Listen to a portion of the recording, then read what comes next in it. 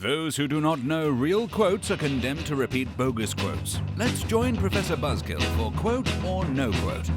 Yes, indeed, he is Professor Buzzkill here once again, busting myths and taking names on a very, very, very, very, very special Quote or No Quote show. You know, Buzzkillers, I'm always complaining about how history is misunderstood. I'm always talking about how there's too much negativity in the world, but it occurs to me sometimes I really should talk about positive things. The misinterpretations of history are a bad thing, but they're also chances for us to really show what good can be done. And perhaps the best person in the world, and I mean that, Buzzkill, is the world, to come on the show and talk to us about that, is Ms. Arleen Lorrance from Phoenix now, but originally from Brooklyn, New York, and we'll explain that in a minute. So, but first, before I keep rattling on, because I'm so nervous, you're one of the most important people we've ever had on the show. Thank you so much for coming on the show. It's my pleasure. Well, Buzzkillers may remember that one of the quotes that we often talk about on the show, and that we sort of improve your understanding of the origins of that quote, is the famous one, "Be the change you wish to see in the world," or "Be the change you want to see in the world," often attributed to Gandhi. Well, as those of you who have listened to our original show on this will know, it is in fact a quotation, a coinage coming directly from Ms. Arleen Lorrance, who's with us, as I said, when she was a high school teacher in Brooklyn in the early 1970s. So we encourage people to go back to that show and listen, but we're going to explain more about it also in this one.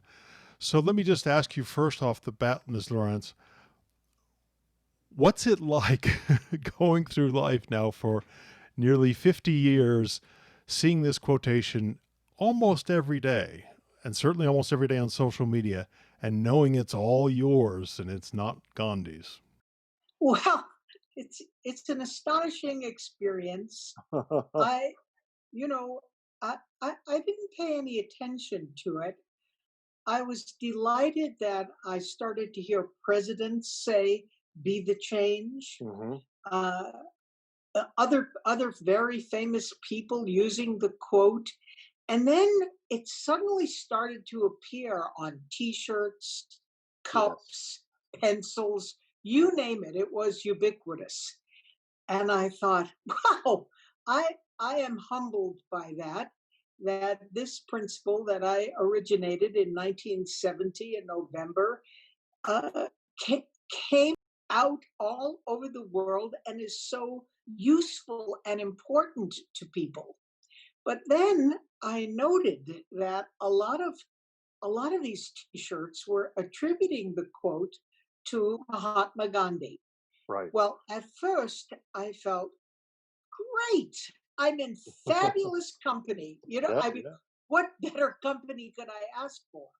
But then I thought, but that's not true. And I did my own research and found that several people who have also done research have not found the quote anywhere in any of his material. Right. He did talk about changing yourself and how important that was. But "be the change" is such a simple, direct verbiage that it really gets people and they do it. But now, as I brought the principle into being, it was not "be the change you want to see in the world." Right. It was "be the change you want to see happen instead of trying to change anyone else." That's very key. We should remind the Buzzkillers that this has been heavily researched. Not only have people like Garson O'Toole, the famous quote investigator, established that it is originally yours. The Yale Book of Quotations has established that it was yours. We've established that it's yours here in the Buzzkill Institute. And so it's very, very important to everyone to know that we've done our homework. That is not to take away anything from Gandhi. After all, he expressed similar ideas, although much more, shall we say, much more vague and much more spiritual. Yeah. Your quote was really sort of a direct action, a call to action. I think that's so important. So can we then take you back to the point in your life, in your career, when it was necessary, as you say? Yes. I was teaching at a ghetto high school in Brooklyn, New York, Thomas Jefferson High School.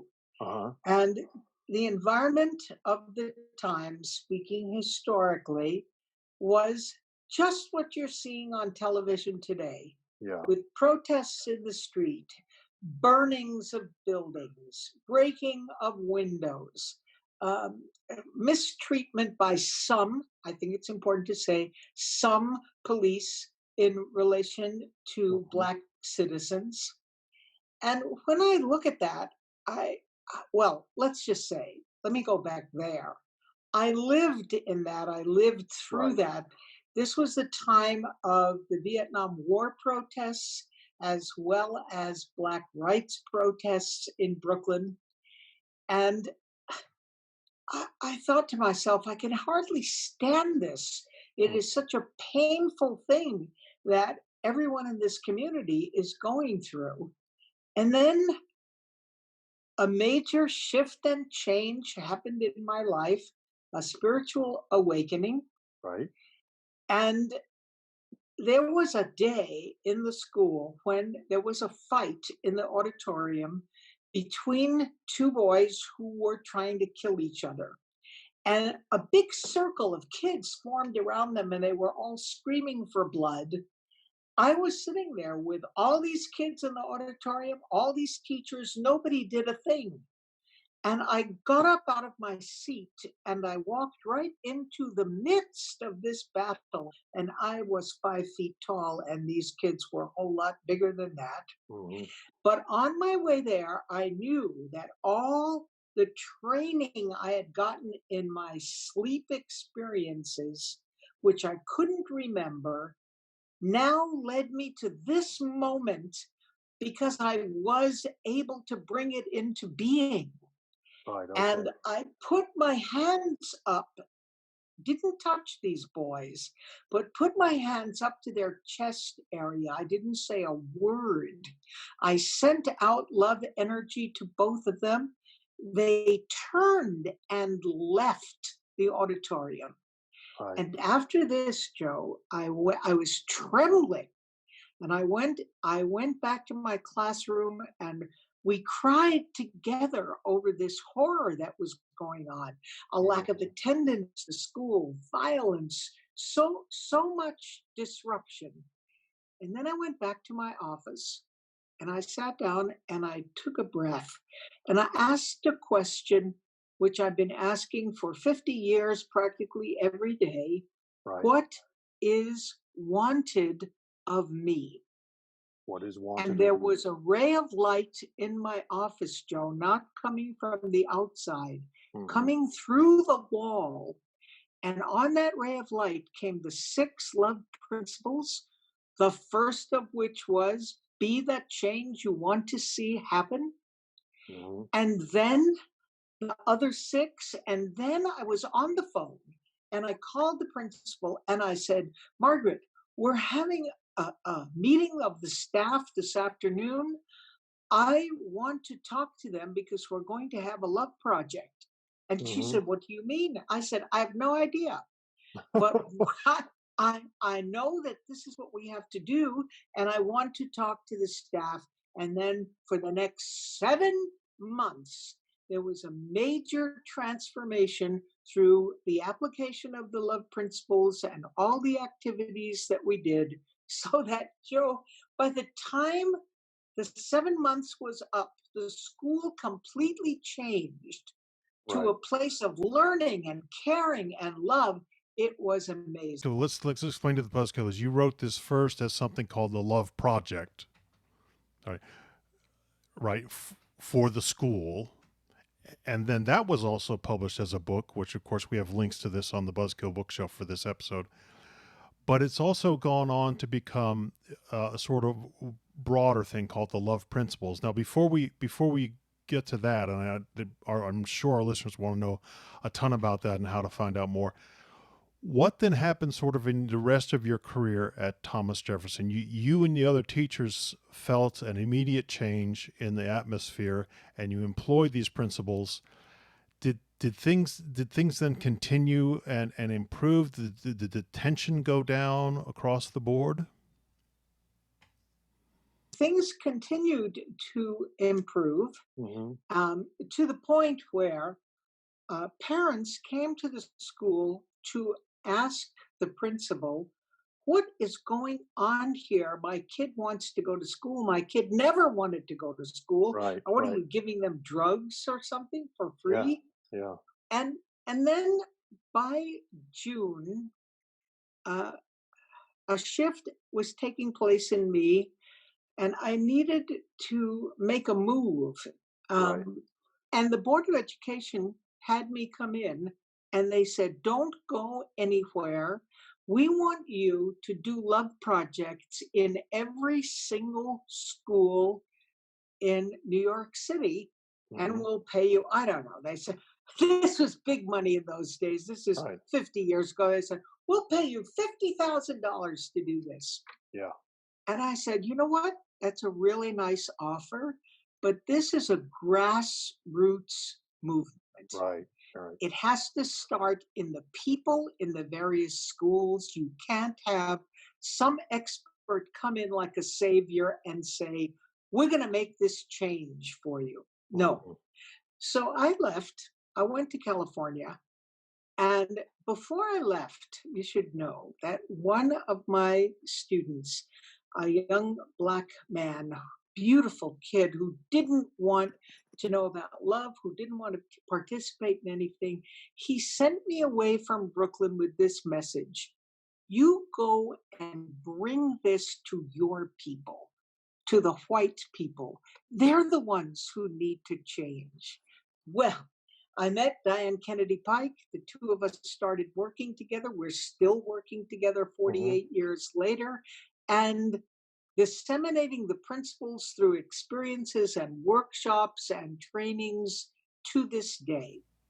So this is so important because not only did you see these, not only did you come up with both the immediate response to this fight, then you come up, then the theoretical and the sort of spiritual and philosophical ideas came to you in your office, but then you continued to apply them in the school, and even when offered a relatively nice financial package, which I would have taken in a second, you said, no, these principles are more important. This project is bigger than money. This project is bigger than just me being a talking head going into other schools, and you took it to other parts of the country.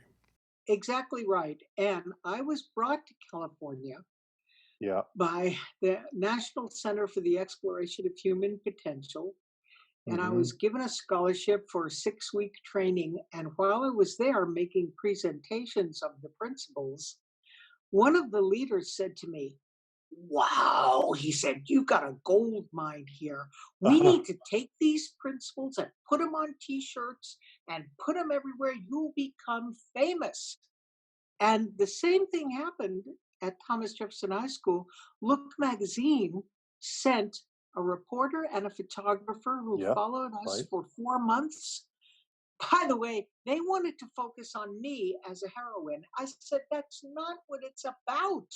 Right. It's about being the change you want to see happen. It's about creating a whole new reality. Well, would you know, Joe, they wrote up the story, and 2 weeks before the magazine was to publish this story with a focus on me, it folded. Oh, Look magazine. Yes, Look magazine should have. Yeah. I said, Yeah. wow. Yeah, I know exactly. Right on. Exactly and what said, needed to happen. Yeah. Exactly. And I said to Al at the National Center, no, this is not about T-shirts. Yeah. This is about evolving in yourself and growing and changing. But then years later, there were all the T-shirts and they were giving this credit to Gandhi. I said, okay, time to say where they came from. Well, I think it's important to point out to the Buzzkillers, though, that however it wasn't through your coming forward and saying to people, I'm the one who said this. It wasn't any sort of, again, you've obviously spent your whole career not self-promoting this idea for any sort of gain. I had heard this quote, and because we bust so many quote misattributions on the show, I just knew that it couldn't have come from Gandhi. And so, but I did the research first, and all sorts of other people, true experts on quotations and the history of literature and the history of journalism, had already worked on this in the 80s and 90s. And so even while you were applying the work on the ground and all the places you went in California and the West and other places and other people you met with, there were a number of people scurrying around trying to figure out where this came from. So it's not as if you were the lone voice crying in the wilderness saying, no, it's not Gandhi, it's me. These other people have been saying that for 25 years, maybe even more. Exactly. So I have a theory that this is the most common quotation on the internet, most commonly seen quotation on the internet. In fact, I can't imagine anything else comes even close, because not only is it on every Twitter feed and every Instagram feed and on Facebook all the time, it's at the bottom of a ton of people's email messages. Often people have their signature and then they put at the bottom, they put a quote. Well, that one is there more than anyone I've ever seen. And I've been doing this now for 5 years, and I wish someone had offered me $50,000 to do this for 5 years, but that's another story. I'm fully convinced, and I'll have to talk to Garson O'Toole in the Yale book to confirm this, but I'm fully convinced this is the most frequently quoted quote in modern times, in contemporary times. I don't really have a response to that, except to say that the love principles are a whole unit. Right. There's 6 of them all together. Mm-hmm. So if I'm not practicing all of them, then there's a hole in there somewhere. I'll give you an example. If I say, I'm going to be the change I want to see happen. Yeah. And then I have an expectation that other people are also going to change because I'm doing it. Right. Boom. It's done. But if I'm being the change, here's the magic and the power. And I don't have any expectations that anyone will even hear me or follow me. If I'm being the change has already occurred, because Yes. it has occurred in me. Mm-hmm. Mm-hmm. That's a very powerful thing. Well, this is a good point maybe then for us to tell the Buzzkillers what the other 5 principles are.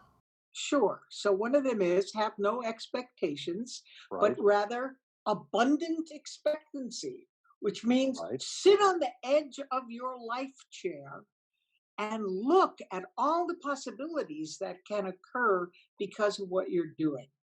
Another is create your own reality consciously. I mean, look at today. I mean, if you create the reality of despair, hopelessness, I can't stand this virus anymore, that's what you will live in. Yeah. But you can create a different reality from that if you do it consciously. You can, and another principle, provide others with the opportunity to give to you. A lot of people don't do that because they think they're going to be rejected. So they reject themselves first before they even ask anyone else. But people want to give, and they have unique talents. And if you have no expectations about what they're going to give, then you're going to be fully enriched. Another principle is receive all people as beautiful exactly as they are. Mm-hmm. This one, I think, is the most difficult.